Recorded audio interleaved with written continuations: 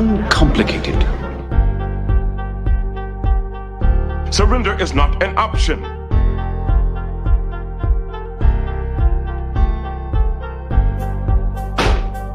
Surrender to the Dominion. Not on my watch.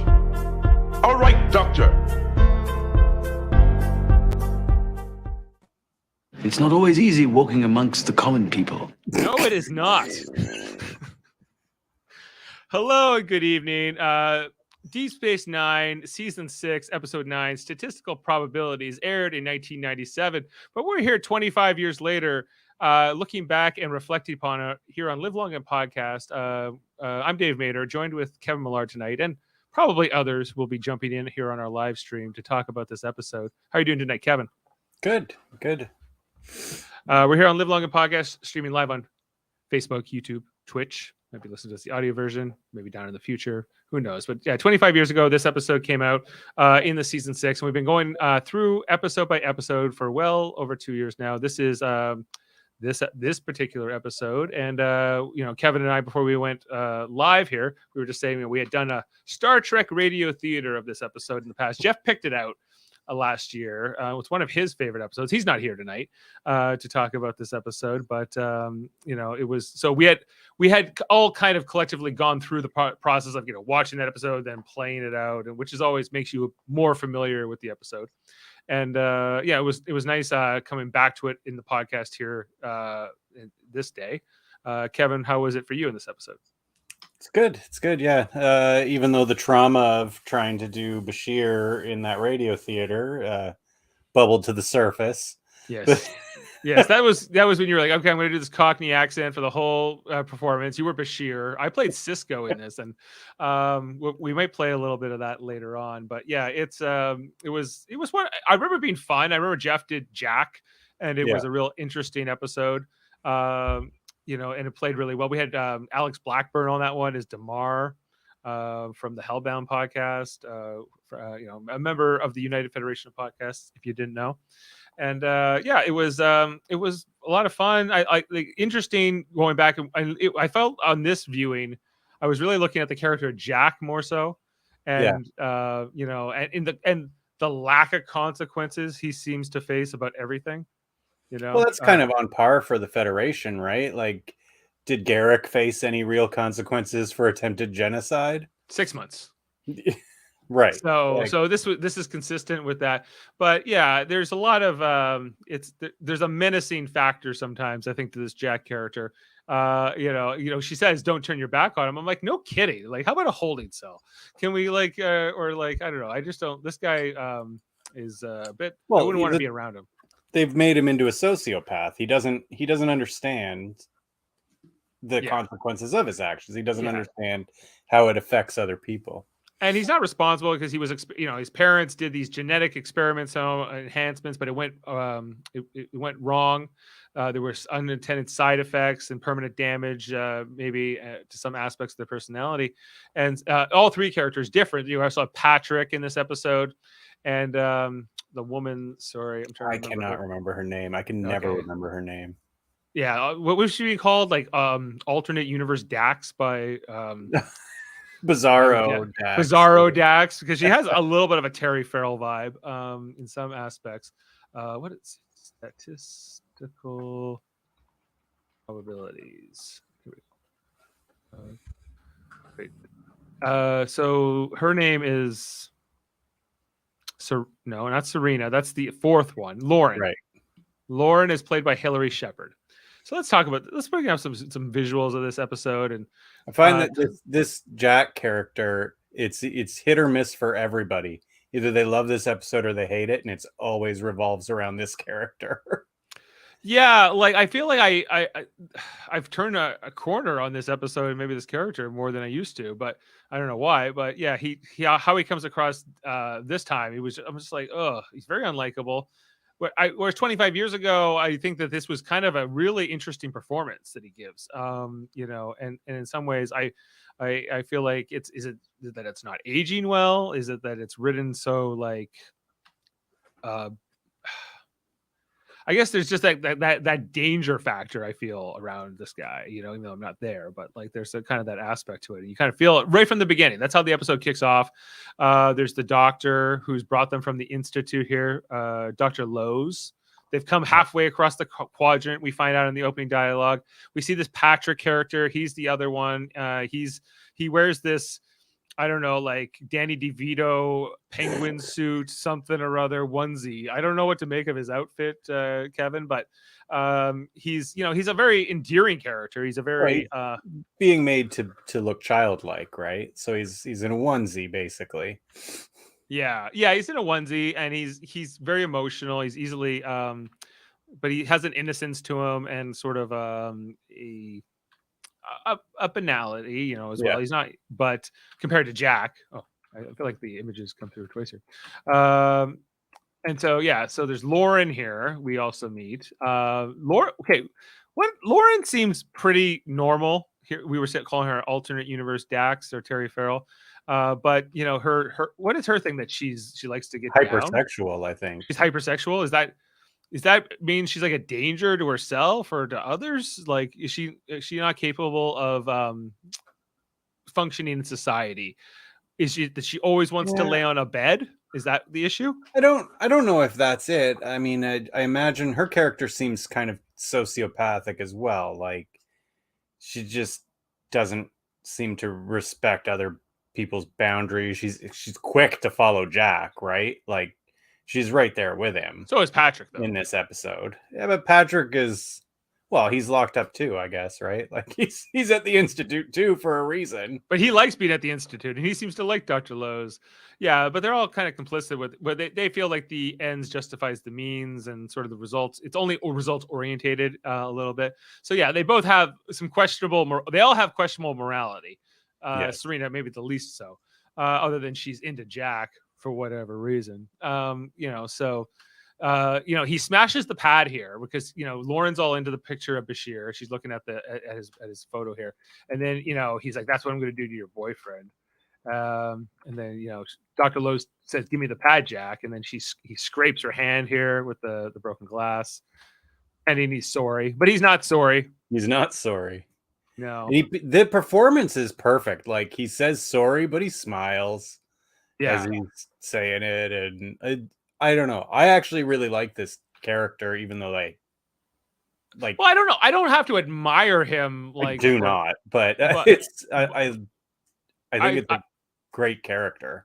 It's an the fact that he's a recurring character is especially in particular interesting because this whole group comes back later on. Is it next season? Right. Is it we're gonna get them? Or is it even this season? I'm not sure. Yeah, me either. And so anyway, Dr. Lowe says, "Don't turn your back on Jack." Basically, she's kind of like dropping off. Bashir's their new babysitter, and and it's up to him, and he's going to try to make the most of it here, right? So I love that ominous warning too, because in Starfleet they always like try to see the best in everybody, and it's rare that you have someone say something like that, like a Starfleet officer be like, "Hey, don't turn your back on him."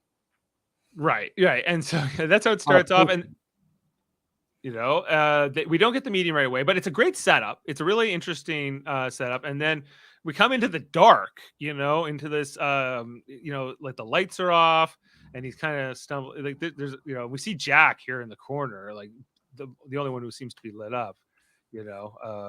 Serena, who won't talk, is very shy. Her issues are the most severe, it feels like. And then we see Lauren here, checking out Bashir. She's into Bashir. We find out Bashir's into O'Brien. Yeah, we find out Bashir is related to some other guy. His work was completely derivative, whatever he wrote. And so they're going along here. Jack and Bashir. Oh, yeah, this is where I don't have a good screenshot of it, but he does like the backflip. And he lands on it. And they talk about their different genetic enhancements that they all have. We find out Bashir's are mostly mental, whereas Jack has a lot of physical ones. He's able to just knock Bashir out with one punch. That's how physically he is, even though he's psychologically not stable. He didn't even have to judo chop to knock him out. No, Just a but punch. yeah, he's very strong. He can do a backflip. And Patrick's along here. This episode, okay. I can't remember all the dial. I'm trying to remember what the context of the scene is, but basically Bashir's, like Jack is not very nice to Bashir, I believe, is kind of the context of this opening scene. Right. And and he's like, okay, well, I'll see you tomorrow. We can talk later. He's trying to help them, but he says he has to go have dinner with his friends. I'm gonna go have dinner with my friends. Jack's being very confrontational. The others aren't necessarily have an issue with Bashir, so he takes off. My favorite is he goes, "You don't think we eat? We eat. We're gonna eat right now." And then Patrick, just into frame, I'll set the table. Like, yeah, it was interesting. Like, so the whole group of them here, like, they're only allowed to stay in this room, this bay. Yeah, they don't even. At the end of the episode, they beam out to their ship. They don't even walk on the promenade or anything, or to an airlock. That odd. Yeah, I've never seen that before. Is that because she's always on the bench? Is that why what necessitated that? The Lauren character? No, she's not always on the bench. Is she ever standing? Oh, only when they go to like give the secrets away. That's the only time I really see her walk. But so Bashir's talking about them to the senior staff here. We got Cisco, Kira, Odo, O'Brien, Worf, and Dax. And he's talking about sort of like the tragedy of it all, explaining that what's happened here. We're getting a lot of exposition, effectively. Yeah, and of course Worf with all the compassion. Yeah, well, Worf's very because he's like, because people are not allowed to serve in Starfleet if they have genetic enhancements. He's like, that's the way it should be, because then everyone's going to want their kids to be genetically enhanced, and before you know it's out of control, and the whole superior genetics or superior, it breeds superior ambition. The Kanunian Soongs of the universe, and that's very much a part of the Star Trek history, where it's not really a part of our history. Not yet, at least. So they're contending with that. A lot of laws were running around it, and it is a form of discrimination. Absolutely. Yeah, this was a really interesting conversation. That they were having. But that's how like O'Brien feels. Cisco plays the scene pretty. He's like, it's sad, but it's the way it is. It's kind of like. Whereas Worf's more on the extreme end of it. Say like this is I love they shouldn't be allowed in Starfleet. He goes, even me. He goes, you're an exception. You're an exception. He's like, oh, an exception, am I? He's like, well, it never gets awkward, right? Yeah. And he's like, well, I guess I shouldn't have said anything. Yeah. Whatever. Shitty Worf, right? Like he's like, oh, I guess I shouldn't have said anything. Yeah. Oh, whoops. Yeah, so it's okay, but then Cisco kind of changes the subject, and it gets into about what's Damar, that he's now the head of the Cardassians. What's he going to say? Is it a new battle offensive? But they also break into the comm system, like the augments. Jack's like, hey, come see us. So Bashir has to leave here before he can really get into it. We got a bunch of comments here. We got Jaemeel in the comments. Lauren is bizarre. Jaemeel's supposed to be joining this podcast, but he's in the comments at the moment. Lauren, her notes were to play it as brilliant nympho, but she added a Hannibal Lecter sociopath side. Yeah, I think so. Well, I'd say definitely the nympho side. Sam feels this episode was better than last week's. Well, everything's better than last week's. It was Resurrection last week. Burial. Oh God. Right. Yeah. Okay. Yeah. The shame of this episode is there aren't more interactions between Jack Pack and the rest of the crew. Maybe. Yeah. Like I don't know. I feel like they're kind of Bashir's crew. I don't know if they need to meet. They don't. Maybe really, O'Brien, but even as they come back, they don't really interact. Like I think Serena does in that episode. Yeah, I remember like they sing in that other one, and it's out there. It's essence of row your boat. Yeah, but just talking about where we're in terms of like our screenshots and the scene. So we have Jack here saying there's a sound, they can all hear it. It's something only augments with super hearing can hear. Bashir says he can hear it, but maybe not as intensely as they can. I get the sense like he's not immediately aware of it, Or he's just become used to dealing all with the it. noises and Yeah, but then this is where Jack says, "Okay, now you fix that, or I'm going to break her neck." And you're like, "What the hell? This guy." He seemed like I think people trying to break necks. he's a classic means justifies the ends. Like Right. whatever I have to do to get it done. Yeah, and then Bashir's like, well, guess what? If you don't let her go, I'm not going to fix the sound. So screw you, right? And I'm like, okay, like this seems just. And he's like, well, you're right. I do want that sound to go away. But this is we find out Serena likes Jack and has an attraction to Jack, despite him, trying to almost murder her here. I don't know if he was sincere, or if he would have went through with it. But we saw he's. It's possible. I don't know. It's not out of the realm of possibility here. Anyway, O'Brien shows up. Cut that doctor's hand just without even thinking about it, right? Like, yeah, he's capable. He's capable. Would he do it over something as trivial as this? Yeah. He just did that to the doctor for nothing. Yeah, he's like, fix this, good man, or I'll go mad, or whatever. He's all into it. And so O'Brien's going along here. Yeah, even Lauren's like, ooh, hello, O'Brien. He's married, she says. Whatever. Oh, it's a shame. Oh, it's a shame. Yeah, Patrick, being nice to O'Brien here, fix that whatever thing. And then and then they're like, well, since you're here, it's almost like the big game, but it's not a big game. It's this announcement from Damar and the Cardassians and the Dominion. So they all so otherwise, I don't know if this would have been played to the augments here, or if this is only because Bashir and O'Brien happened to be in the room.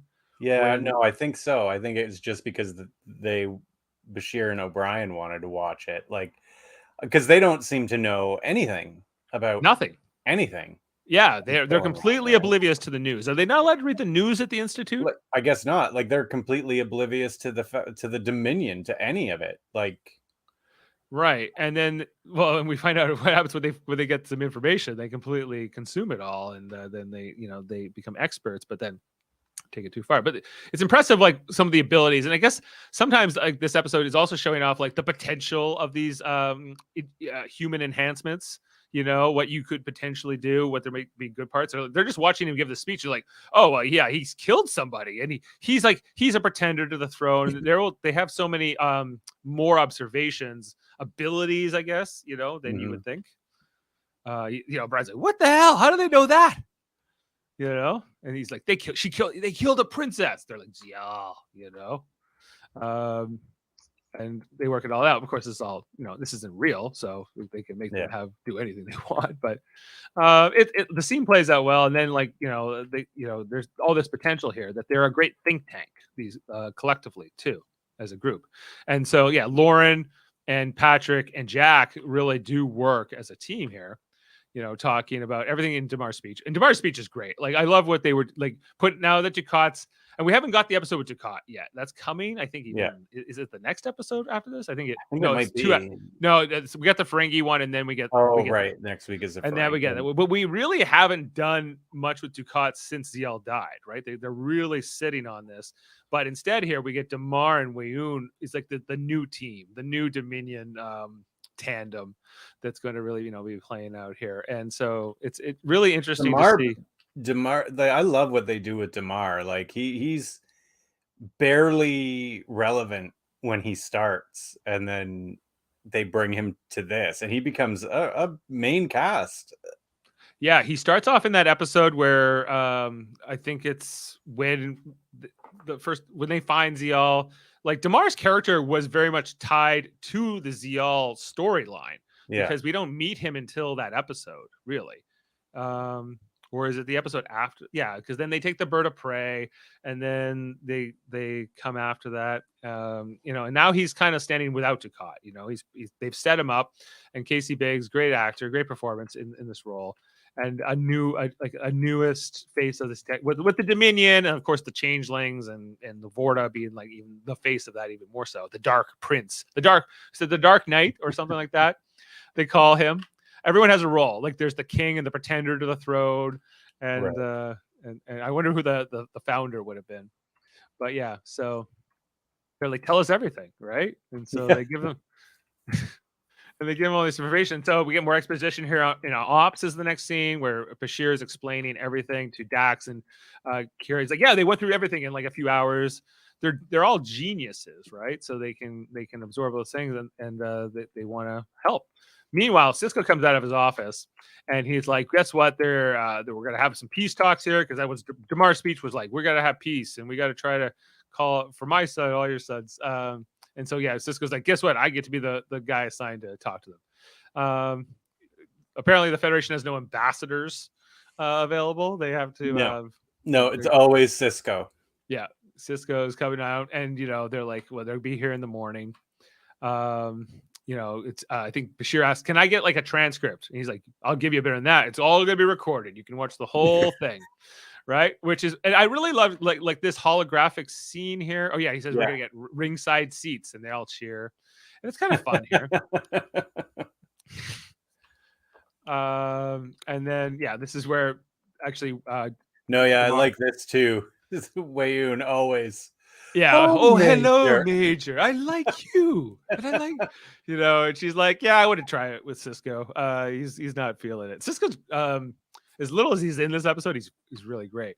As just Kira, like, yeah, just this whole dynamic here. Like, this is the first time they've seen each other face to face since they had to leave the station. They were in command of the station, a few episoher ago. So, right, and they were working together, and now it's like she's like, now I work for Cisco again. It's kind of like she's her job dynamics are fluid here. So anyway, so she says, "See you later," and Damar was like, "We're on a mission of peace, Major." And we see this holographic recording, so we get to kind of see what the meeting is between Cisco and Damar, but in a different fashion because it's this holographic recording where Patrick's involved, and they're asking for a different system. I don't know. It just made me laugh watching this and watching Patrick like staring into their eyes. Yeah, and this is and the actors in the room they're having to play holograms and set up here in this holo bay, and so I love how they went to like native language mode and and to find out that I guess everyone the species in the Dominion speak Dominionese. Yes. They don't speak their own languages.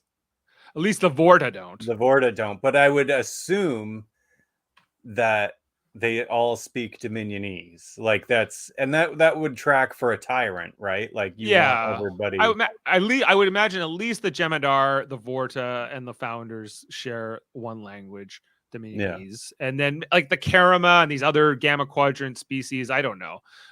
Maybe though, because we don't know because of the universal translators, right? Right. We don't. Yeah, and that's and I think like this was a cool thing that they don't go into enough. I feel like a character like Hoshi Sato over in Enterprise could have more of this kind of stuff where translations and native language has more nuance, but this often gets overlooked in Star Trek. Sometimes they go way into it and sometimes they just don't do it at all. But anyway, so and then Patrick keeps pointing out they're looking for the Cabral system. They keep avoiding it with their eyes. There's a lot of like different observations he's bringing to the table. Anyway, so they end the simulation. It was cool to see like that this holo projection was adapting to the room that was already there.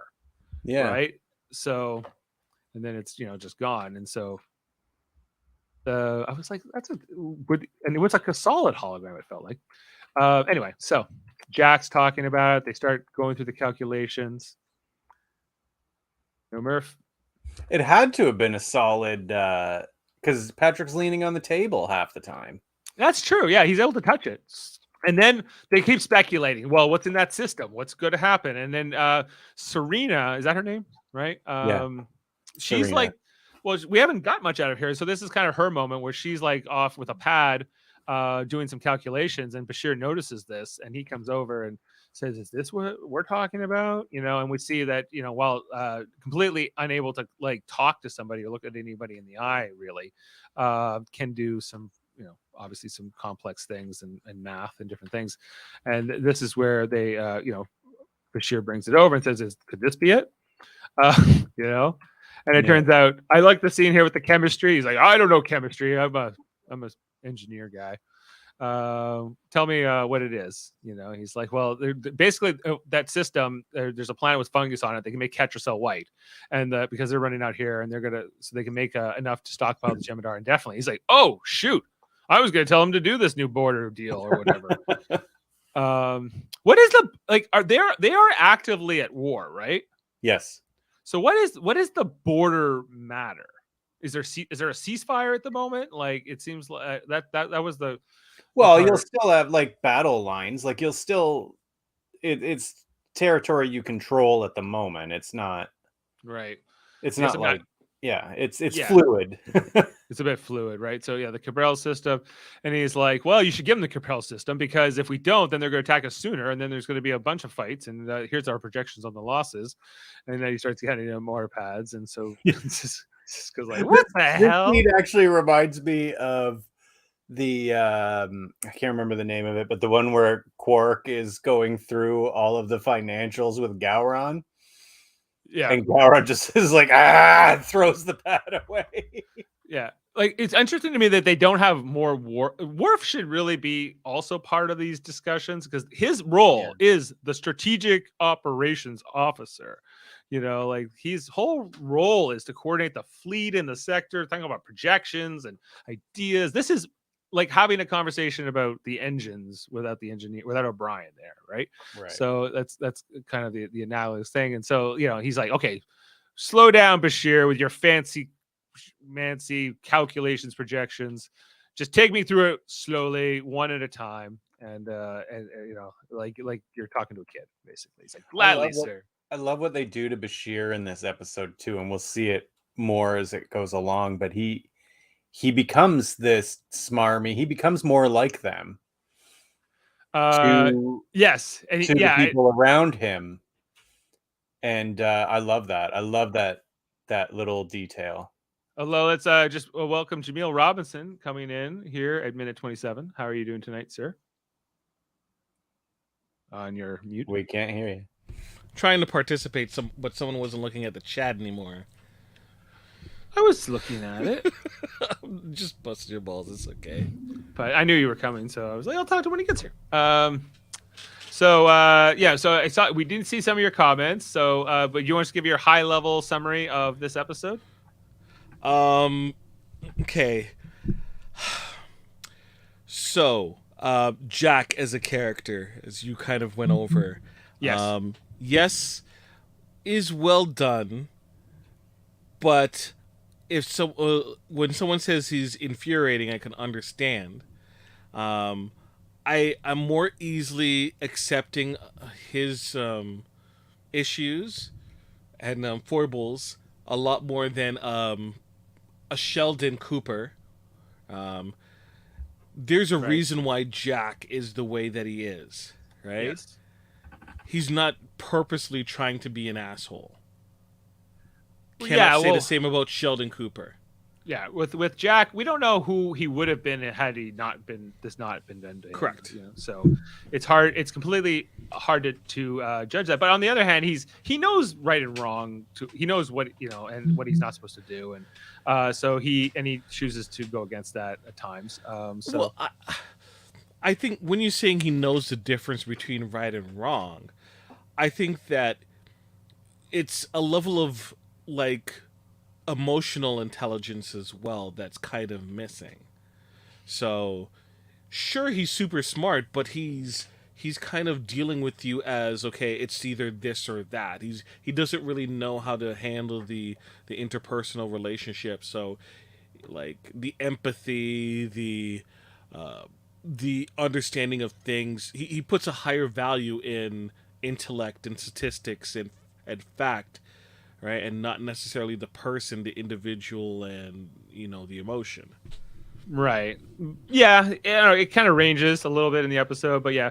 Okay. So Jack, problematic character, perhaps. And Sarita's not a character in this episode until the next until they bring episode. her back. So they're setting her up. So And Lauren, I guess, and Patrick. Bizarro Dax.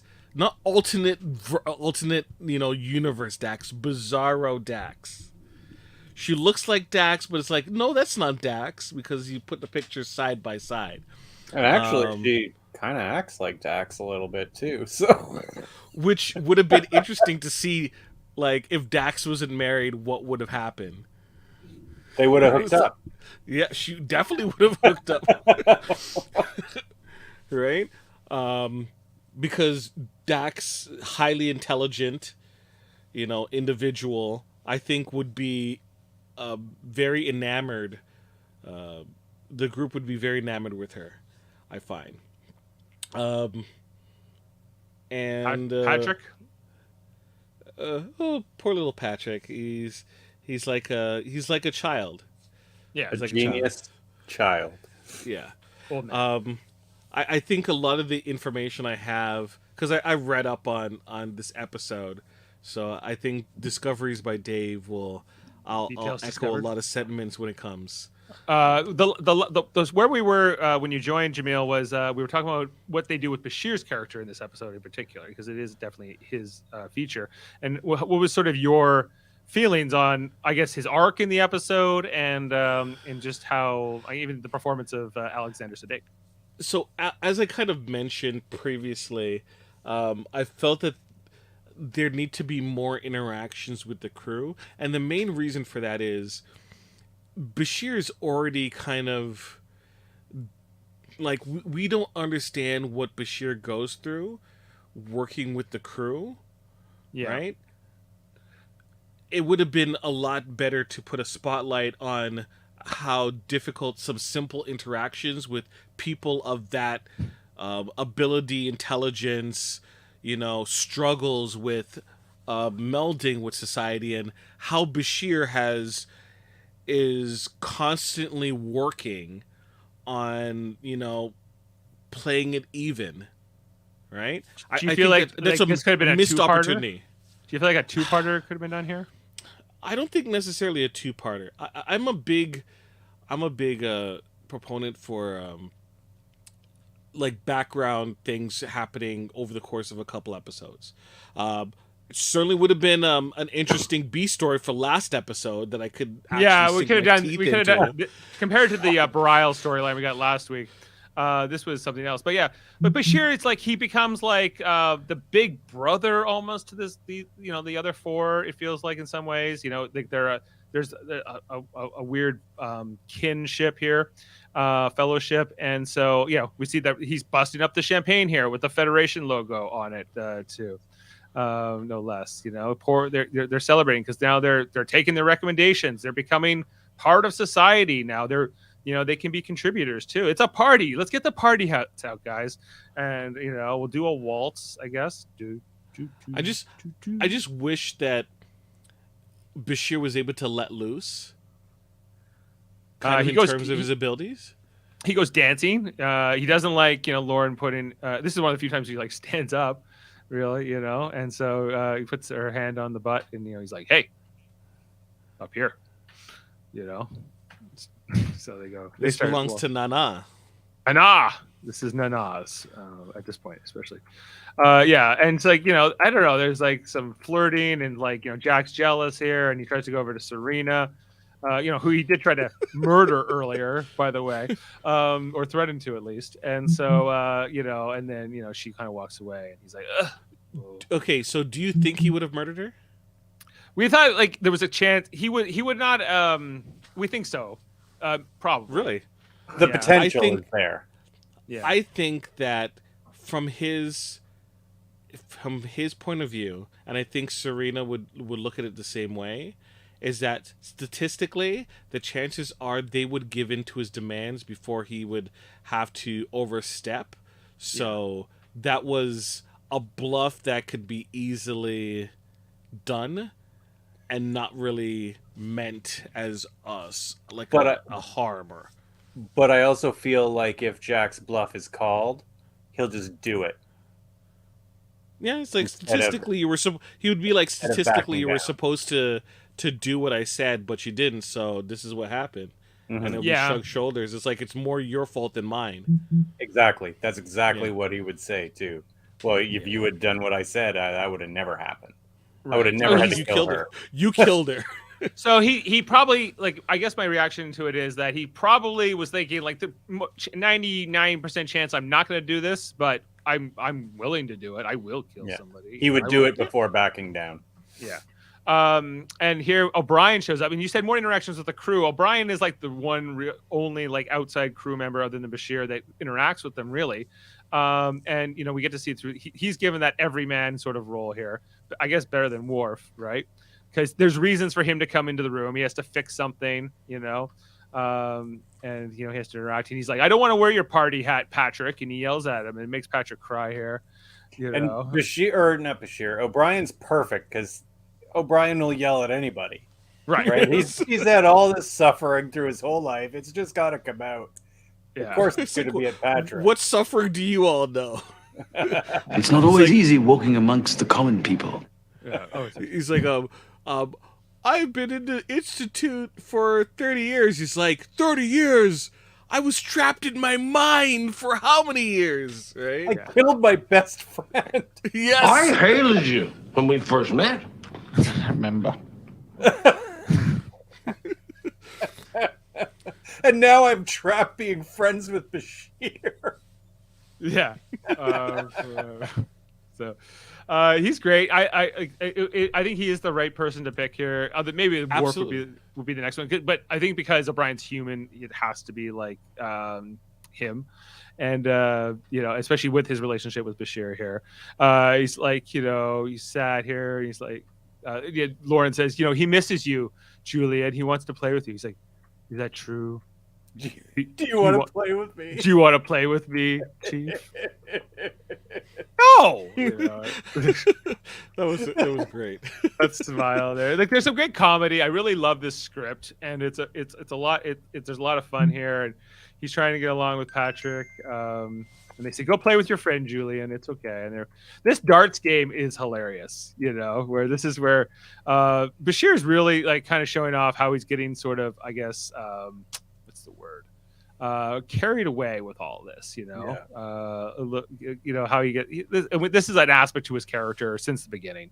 But he's like, it's so, you know, they like you a lot. You know, what did they say about complicated? Uncomplicated. Uncomplicated. Uncomplicated. Oh, yes, they're amazingly insightful. Wow. Oh, yes, you know. And he's like, well, it must be tough being with all us types, you know. More like slow. Must be very frustrating for you. I don't mind. Makes me feel superior. Oh, glad to be of service. I appreciate it. It's not always easy walking amongst the common people.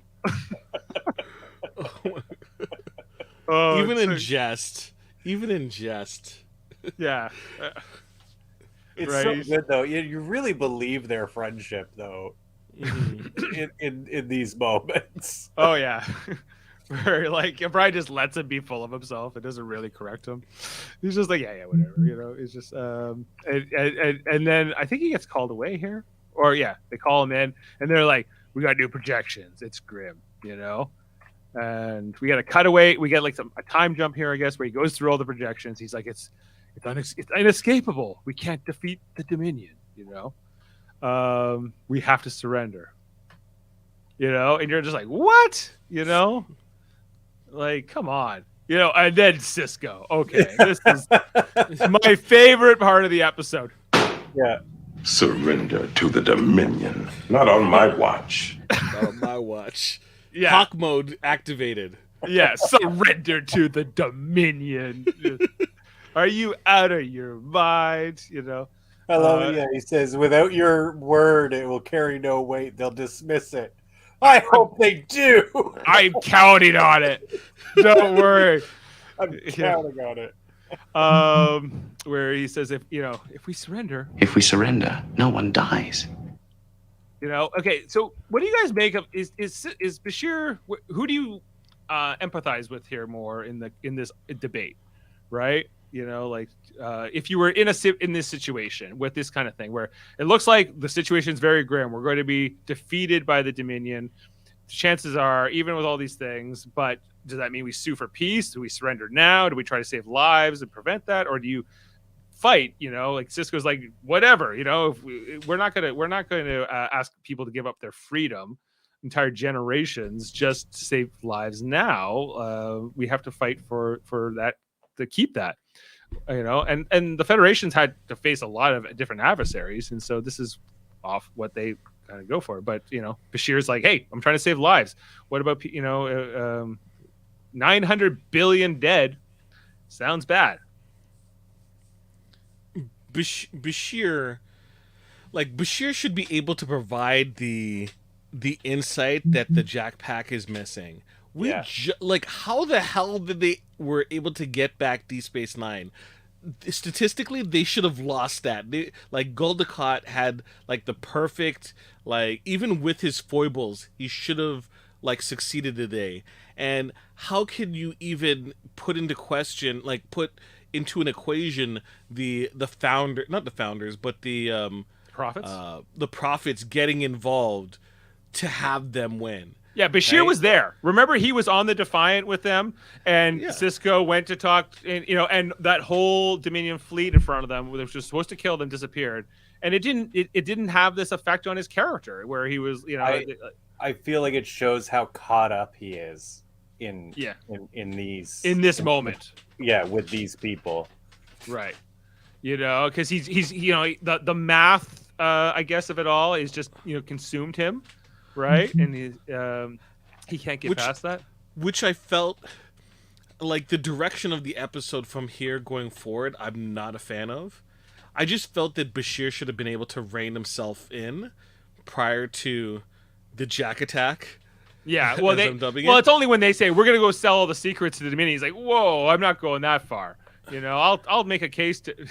Well, even before that, he does kind of rein himself in with O'Brien.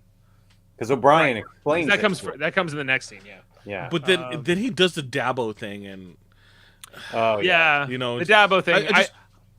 I just felt like he should have just taken a deck of cards, right, and then cut cards with the person, right, with Jack, and then Jack gets an ace of spades because he pulls it out, right, but Bashir pulls out a joker. Right, and it's like you didn't even know this was part of the deck or something. You're like just trying to explain something, and then Jack, hits him, right? But he kind of proves his point to Jack before Jack goes off, right? And then he further reinforces it with what we see at the end of the episode. I just felt like there was something. I wanted Bashir to have more agency in that time period. It just kind of jumps a little bit. I think that's a fair critique. I think, but also he's talking about guess what? We're gonna surrender, but then either way we're up for 5 generations of Dominion rule. But then we're gonna rise up and we're going to create an even new and better federation. It's gonna be awesome, And you're just like, what? Get out of here. It's just, And Cisco's right here. He's like, I want. I got this. I want. Oh, you have it? Yeah. I know it's difficult to accept. I don't accept it. Your entire argument is based on a series of statistical probabilities and assumptions. Even if I knew with 100% certainty what was going to happen, I wouldn't ask an entire generation of people to voluntarily give up their freedom. Not even to save over 900 billion lives. Surrender is not an option. Surrender, not an option. And he's like, come on, we have to do it, if we're going to go down. If we're going to lose, then we're going to go down fighting, so that when our descendants someday rise up against the Dominion, they'll know what they're made of. You guys, I kind of like that argument. Yeah. Once again, I take the perspective that the information provided is taken in a made in a vacuum that doesn't necessarily mimic what happens in real life. What do you mean by that? Once again, it's like the last battle is exactly what I talked about with the prophets. Oh yeah, they're talking about this scenario of who can win, who can lose based upon known figures, and there's too much unknown elements for you to ever guess Right. how it's gonna like. This is the equivalent. This is like the equivalent of playing like NHL hockey simulator, where you have your team and you play out the season on simulator. And you say, well, we got killed in the season, so we're not going to play the season, or something like that. Like you play the games. And there's a problem there, maybe you'll lose, maybe you'll win, but there's a number of different factors. People get injured, there's deaths, there's all kinds of randomness to life. And especially in Star Trek, like where there's anything can happen. You can get wormhole aliens to intervene into a battle. You could get like anything could go on, right? So there's shapeshifters, there's Voyager shows up years earlier and gets involved and wins the day with some new Borg tech. Like, there's a whole variety of scenarios that could happen out of the blue that, like, I can understand using, your advanced intelligence to predict things, right? But once you get bigger in scope, there's more factors at play that makes it almost, and I shouldn't say almost, it is impossible to calculate every single variable of every single situation across galaxies, right? Yeah, to come up with with one situation. It doesn't make any sense to me. We're talking hundreds of thousands of cubic light years, so much space. So anyway, Cisco's like, get the hell out. You've made your recommendation. I'll pass it on to Starfleet Command. Without adding your voice to it, they'll dismiss it out of hand. I'm counting on it. Damn right. It's hogwash. Basically, fuck you, Bashir. Get out of my office. Yeah. Surrender is not an option. It isn't. It's like, yeah. Like, come on. If we surrender, no one dies. that's like Bashir's like, well, I'm not going to perform any surgery on you. There's a statistic that you're gonna die. I think it also shows that there's a little something missing in Bashir as well, like just in like there's a what is it that's just kind of like Jack, like there's something missing. Like nobody else would be like, oh, this looks grim, let's just give up. Yeah, I agree he's caught up in the moment of it all and like whatever, but it's also that he's a doctor, and I feel he's saying like, well, he's being a pacifist basically, but he's also a Starfleet officer, and he's got all the he kind of knows what he signed up for here, and I don't know. So once again, where's Major Kira in this conversation? Because Major Kira would have a lot to say about. Yeah, she'd be like, "Oh, surrender to the Dominion, odds. huh?" Yeah. Insurmountable odds. It's like, we didn't statistically. There's no way we were gonna be able to Beat the survive. Cardassians, right? Yeah. Yeah. Well, Or Odo. What is Odo's thought process? Is, hey, the founders are gonna win. Does it make you want to rethink a lot of the things, especially with the Grand Link and? Yeah, Maybe I just feel like we're missing out a lot of conversations that could have been happening. I just don't think there's enough time in the episode for it all. Like, I don't know how much you could cut out. Scrap last episode completely. Make this a two-parter is the solution. Then. All right, or spread like maybe have like another storyline going on in the background. There's a way to do this, especially in Deep Space Nine. But yeah, okay. Jack attacks Mirror. What's his name? Mirror Bareil? Yeah. Jack attacks him. Yeah, so we were like, go Jack! Jack would be the most popular character all of a sudden. Jack beats the crap out of him. Be interested to see Mirror Jack where he's nice and stupid. Simple Jack! Right. You make me happy! There was somebody who said, like, is Mirror Bashir genetically enhanced? I don't know. We never find out. I doubt it. Yeah, you would imagine not. Wouldn't there be more Terrans that are enhanced just because of the situation that they're in? Right, and you don't think like the Terran Empire wouldn't outlaw genetic enhancement? Maybe not, but like because remember Bashir couldn't tell a house from a dog or whatever when he was a kid, so it's I don't know. Lovable Bashir. Bashir. Anyway, so it changed him. Like it changed them, but he's not as effective. I think this episode's also trying to show he's actually a lot like them, right? He is, yes. Yeah, they almost represent different aspects of his personality, perhaps. And The horn dog side of him, the childlike simple child. wonder, the nympho side, yeah, like more the dangerous, upset sort of And functioner. Serena would represent him hiding who he is. Yeah, right. Yeah. Like, what is that? Our little secret. Right. Like the part that he always buried away.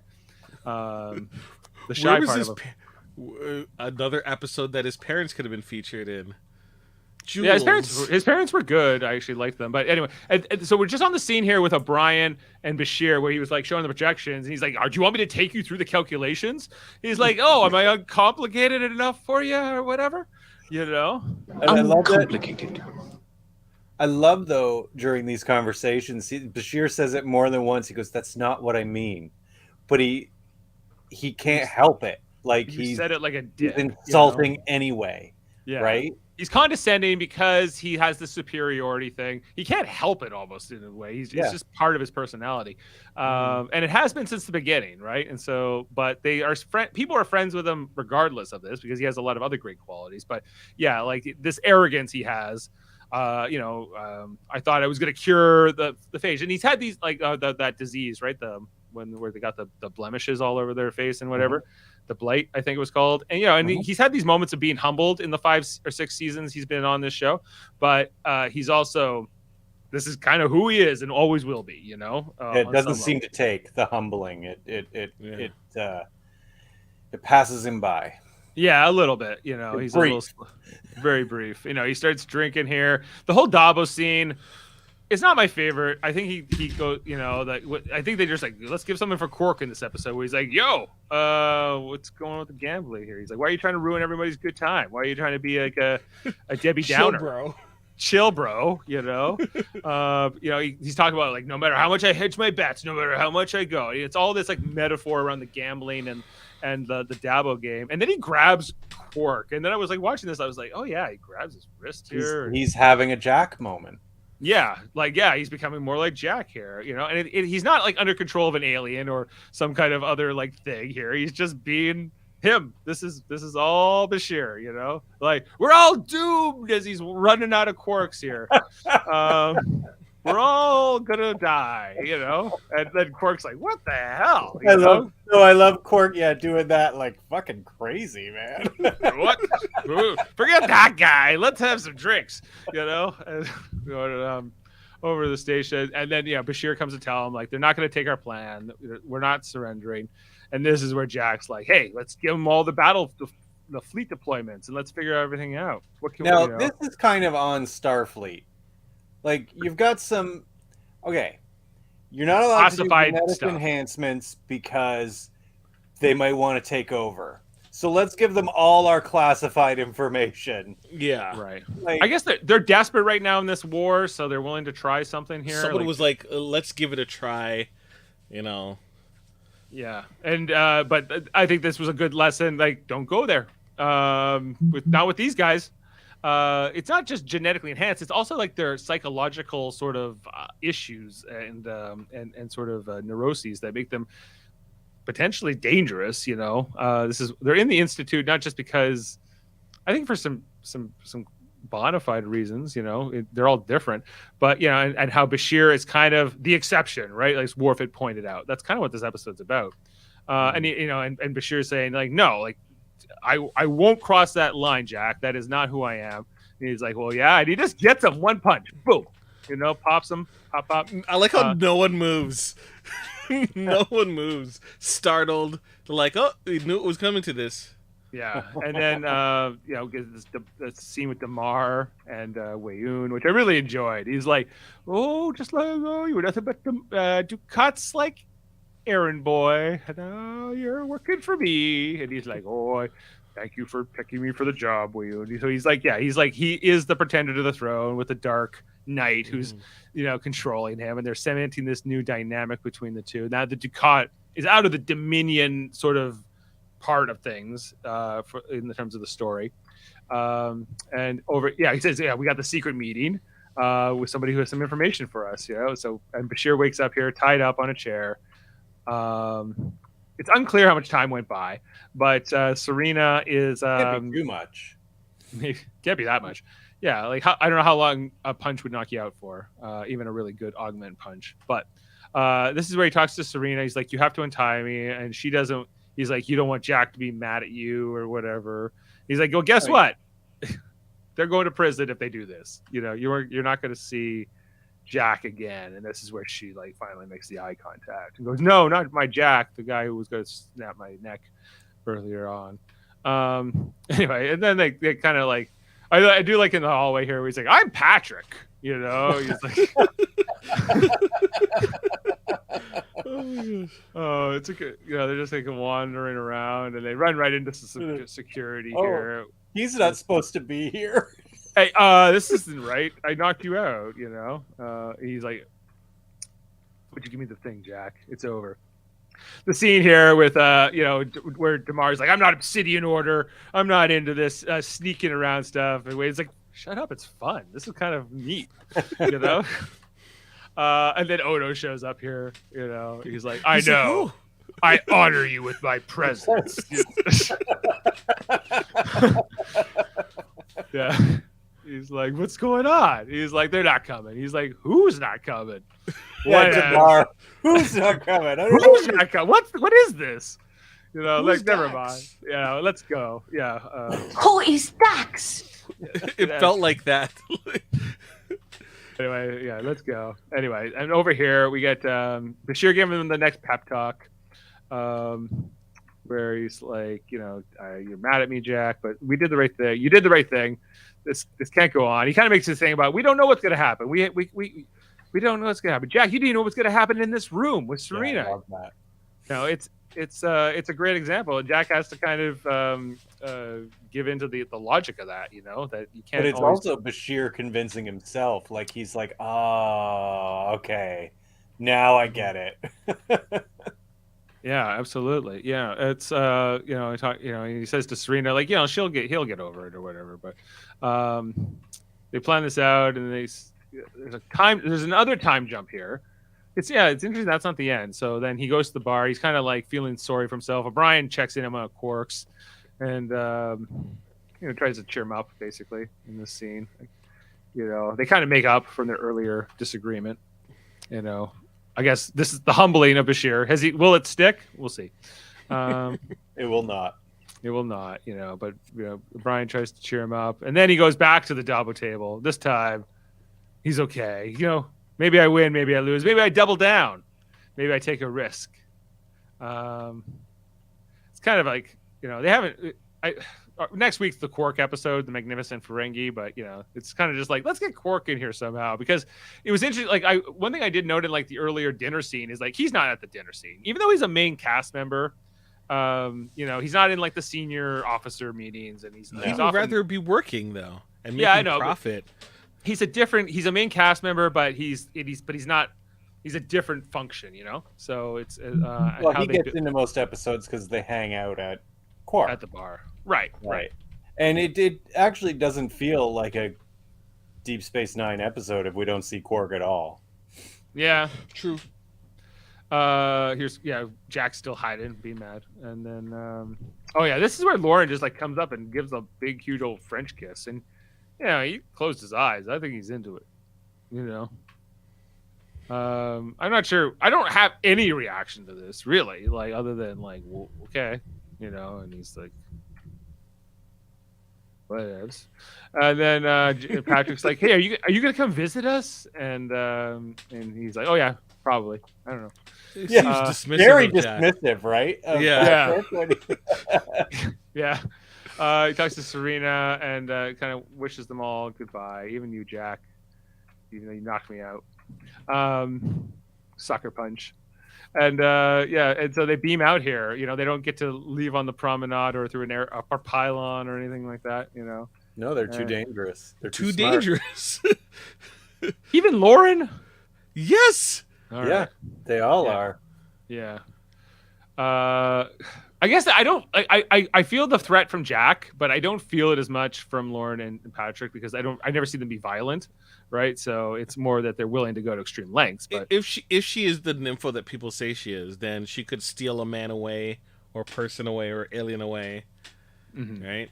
What would you say then? What if Odo's walking beside someone and she hurts him, like one would, And then they die. yes. I don't know. Okay, That's so really on Odo. Patrick has a tantrum and someone gets hurt. well, Jack is so dangerous. Like, what if he did kill her or something? Like it seems like. That's why it's just better to transport them. But like, even when you leave that, they were all living in this one big room together, sleeping together at night, like with nobody else. Like it's like they felt If they like kill each other, they don't care. I guess it's like prison. Even in prison, they lock them up in their own cells. Anyway, let's get into some. We're coming up on an hour here. We've been talking about this episode. It's a great episode, even though it only lasts 40-something minutes. Let's talk about. Oh, that's Dave. Let's talk details discovered by Dave very quickly. Jeffrey Combs had trouble with the scene where Weyoun has to speak in the Dominionese. It was difficult for him to memorize a string of meaningless syllables and to give them a cadence of a real sentence. I could get that. Anytime you're learning a fake language, you're like, blah, blah, blah, blah, blah, mimo, mocha, cool, whatever you're going to say. Speaking in tongues, maybe. The character of Jack is based on Dean Moriarty, who was based on Neil Cassidy, one of the main characters of the 1951 Jack Kerouac novel On the Road, a wannabe philosopher who takes a mile a minute. Tim Ransom, who plays Jack, had previously auditioned for the role of Bashir. So he could have been Bashir.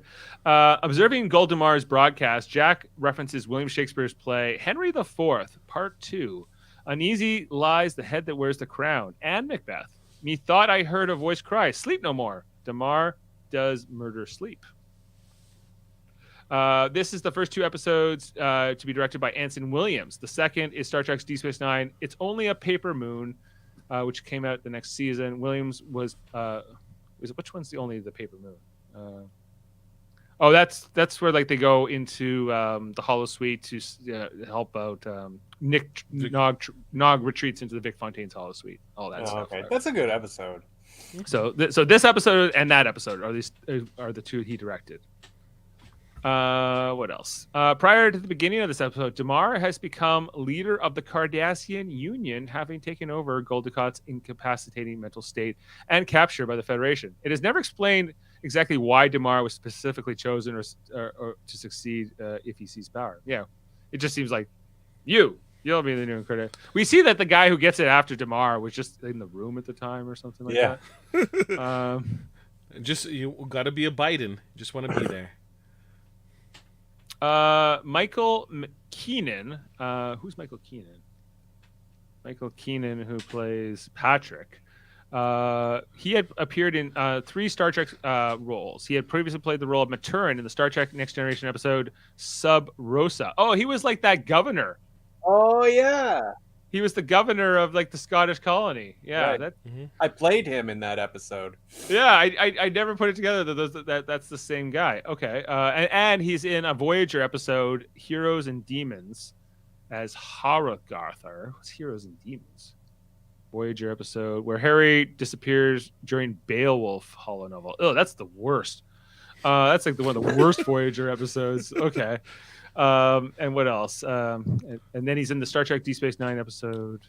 He's also in this one, the Chrysalis that comes after this. 47 reference, guys. When Bashir gives Serena's pad to Cisco, it shows analysis mode 47. It's been a long time since we've had a 47 reference. Serena is a homonym for Serena, which is a Latin for serene, an appropriate name for someone who never speaks. Wow. Damar describes himself as the leader of the Cardassian Empire, whereas it is normally called the Cardassian Union. Yeah. Jeffrey Combs has the distinction of playing a bunch of roles. Okay, we'll skip that one. Everyone knows that one. Casey Biggs, Damar, is the ex-husband of Roxanne Dawson, who played B'Elanna Torres.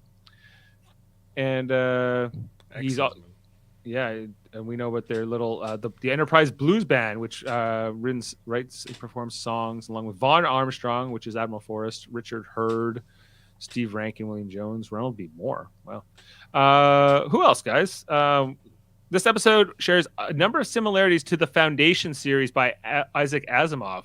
Both this episode and the books consider predictions about the inevitable downfall of the Federation and Galactic Empire before the eventual uprising of a new, stronger Federation Empire, and both consider how to minimize the damage for the inevitable fall. That's cool. And actually, I do watch that show, Foundation. It's really good. I'd highly recommend that show. Although the books apparently are very different than what we're getting in the show, according to Jane, who's read the books. How's the wiki going? It's going great. Interestingly enough, the group's predictions about the Romulans entering the war and the Cardassian rebellion would later come true. However, the Romulans were brought into the war through the action of just two individuals, Garrick, and to a lesser extent, Sisko. And then section. Fake. Yeah, it's a fake. I can't wait till we get that sound clip. I'm waiting till we get to the episode. So, and then it will be in the roster. Anyway. Okay, that's all the fun facts, details discovered here. We got one more comment here. Oh, we got Eastland Burkholder. What bothers me is that Bashir never faces any outcomes for being genetically modified. It bothers him. Well, his dad went to prison. That was kind of the outcome. Yeah, but like Jack's pack could have been like a little bit more angry at the fact that he's living a life that they could only dream of experiencing. True. Yeah, like it's kind of like, but then like parents would just do this and like I'll face the music, and then when you get out, you'll be genetically enhanced. It depends how you want. It wasn't mentioned in details discovered by Dave that Lauren played another character in Star Trek before. Who's that? I didn't know that. Is this a Jaemeel fact? She played, and I have to look up the character now, because I think you'd actually be interested. In it, it was a very interesting character that you wouldn't necessarily see. Where is it? Hold on. Where is it? Okay, while you do that, let's get into the ratings here. Yes. Jeff not with us tonight. I'll go first. I like this episode. I don't think it's not the best episode, but it's pretty good. 8.5. I am also at an 8.5 there, Dave. And Jaemeel. Okay. I'll give it a 7.5. Okay, the low score tonight. She played the Benzite ensign Hoya in the ship. No wonder I don't recognize her. Yeah, that's why I was like, "Wow." Yeah, right. She has like one line. She's like, "Captain, there," and then she blows up like right away. And Power Ranger fans would recognize her. She played Diva Tox on Power Rangers Lost Galaxy and In Space. I never got to the Lost Galaxy version or any of that stuff. Sorry, Turbo and In Space as well. Two In Space is possibly one of the best seasons of Power Rangers. I only got to like Turbo or Power Rangers Turbo or something like that. Yeah. So you saw the beginning of Diva Tox. When Jason David Frank was the Red Ranger, and then I watched that a little while, and then that was it. But anyway, so this has a 8.2 average tonight from us guys. The 7.5 on IMDb, a 7.8 collectively. Written by Rene Echevarria and Pam Pietroforte. Yep. All right, so that's Statistical Probabilities, and the next episode is The Magnificent Ferengi. Just a quick little summary. Well, this is the one where they put together they get Kevon and try to do a trade for Moogie.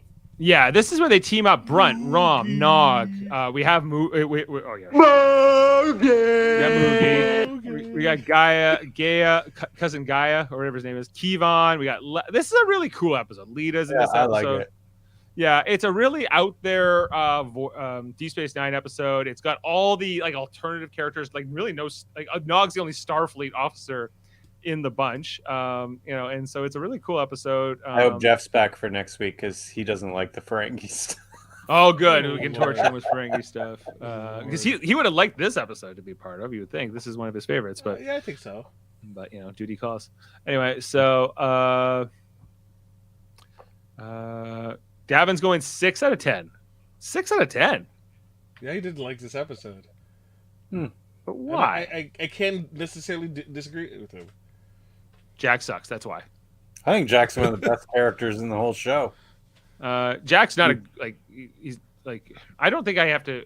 And I was a hero, I guess. No, he's not. But I can say he's one of the best characters. He's not a likable character. But you're not supposed to like him. There's nothing really redeeming about him. But interesting. But he says at the end, like, if we can find a way to like beat the Dominion, will you listen? He's like, sure. He seemed like he kind of meant it. But Davin's excited about the next one. He's saying 10 out of 10 for Magnificent Ferengi. We got some Nog love. What's wrong, Jaemeel? No, Davin. Is that what he doesn't like? You see, he wrote it.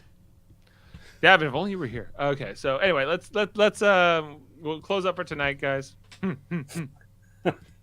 It's a bit annoying, but Jeff did it really well when we did the Star Trek Radio Theater. Oh yeah, yeah, he got all the mannerisms of it. Who played Lauren in that one? This Jeff, is like Jeff. Remember? No, Jeff did play Lauren. Jessica did in that one. I could have got Mott to do Lauren. Mott was Patrick in that, and it was interesting. Gotta go back and listen to I'm Patrick. This is the episode where where Dave had to break character, be like, "Come on, Kevin, don't give up." Yeah, because he was trying to. Like, you can do it, Kevin. Don't throw in the towel here. And Alex Blackburn's Damar was so fun in that episode. Who's coming? Who's coming? Yeah, but he had to give like these grand speeches, and it was awesome. Yeah, okay. Gotta go back to the archive. Bashir tries to persuade the others that this is a bad data worthy of being listened to and is taken seriously. It's a brainy type of episode, he thinks. It's all about like statistical probabilities is the name of the title, and I think that's very much what it is. So. Anyway, I think we'll set it up for tonight. Live Long in Podcast. You should check out all our great stuff. We do reviews of all the different Star Trek shows, including we're doing an ongoing series with Star Trek Enterprise. We do that on Mondays. We're up to season 2. Check that one out. And Thursday we're gonna be talking about the newest episode, Star Trek Prodigy, that's coming out. It's called Preludes, as well as we've talked about Lower Decks recently. There was Picard and Discovery and all Strange New Worlds, all these new shows that are out. We're talking about all of them. Check out our different podcasts on them. Plus, we have Star Trek Radio Theater, guys, which we alluded to that we had done previously for this episode. So I'm trying to bring in my slide here. Let me just do that. That's why I'm clicking the wrong one. Here we go. Coming up, we're doing a live record on Friday, December 16th, 2022. The Star Trek V, The Final Frontier. What does God need with a starship? And we had Jaemeel Robinson playing Captain Montgomery Scott. We started pulling the script together, and I was just like, oh, there's some funny things here that you're gonna get to do with this. A lot of comedy for Scotty in this one for you. Yay, comedy! Yeah. All of the Live Long and podcasters playing different roles. I'll be McCoy. Kevin's playing a Klingon, and John, I'm sorry, and my wife Jane playing a Romulan. We got Mott playing Sulu and a Klingon general guy. All kinds of, it'll be tons of fun. Murphy playing Kirk. It's going to be great. So check that out on the live version or the edited version to follow. And the other great shows we have here, including this, the Locutors of Trek, which this Sunday we're going to be doing a Geek Tall Challenge, a Klingon trivia challenge. Me versus Dave Pugsley, a rematch with Gowron hosting. Rematch. Who won the last one? Me. Yeah, Dave is quite the competitor. Yeah, so he's like, we got so, and Davin will be playing the role in character for the entire time. Wow! so it's Jody's favorite episode is what you're saying. Jody will love that exactly. Episode. So check out all the great and the other Live Long and podcast, Locutors of Trek podcast coming out, including the trivia and Debate 9 and different things coming up. Plus, the United Federation of Podcasts has great other shows, including a Simpsons podcast called KBBL, which just started with Davin and his two buddies on Fridays, where they go through every Simpsons episode. You got to check that one out. They just got started with the first episode with the Santa's Little Helper and all that of The Simpsons. You definitely need to check that one out. Plus, Hold Up on Wednesdays. That's with Murphy and Davin, where they go through and look at 3 different movies, 2 from the past, 1 from the more modern era, and try to figure out, does it hold up?